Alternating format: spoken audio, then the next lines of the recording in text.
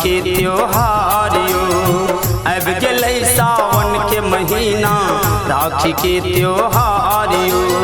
प्रेमक बंधन में बांधल छै, प्रेमक बंधन में बांधल छै भाई बहिन के प्यारियो।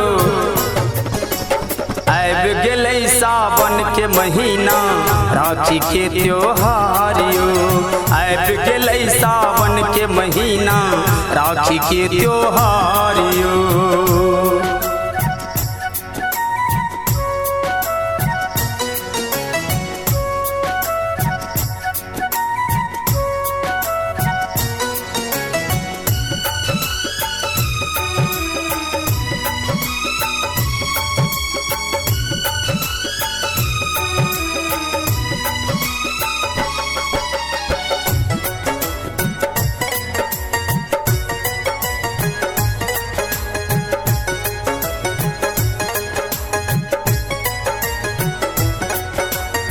भाई बहन के मिठगर बोल बूझे सब धागा के मोल।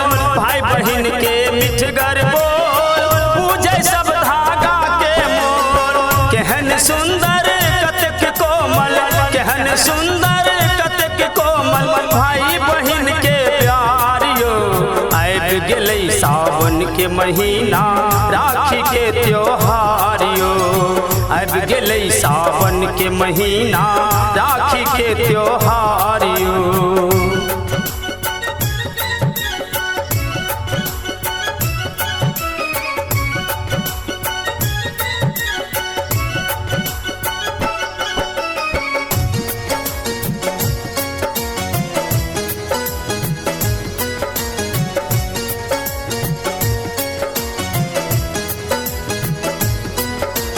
बुझबै नहीं रेशम के तार भाई बहिन के छै प्यार। बुझबै नहीं रेशम के तार भाई बहिन के छै प्यार। राखी के मतलब जब बुझै छी, राखी के मतलब जब बुझै छी भाई बहिनक प्यारियो।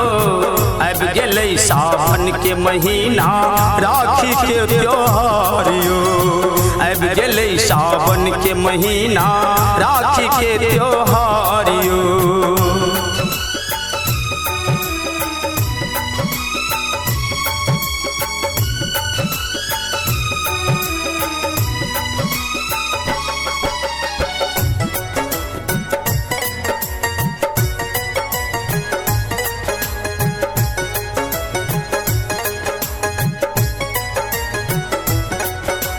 सुन का बहिन के करुण पुकार भाई रहत सदखन तैयार। सुन का बहिन के करुण पुकार भाई रहत सदखन तैयार। विपत्ति कष्ट मिटावा खातिर, विपत्ति कष्ट मिटावा खातिर हमहू रहब तैयारियो।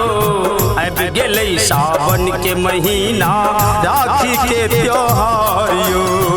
अब गेलै सावन के महीना राखी के त्योहारियो।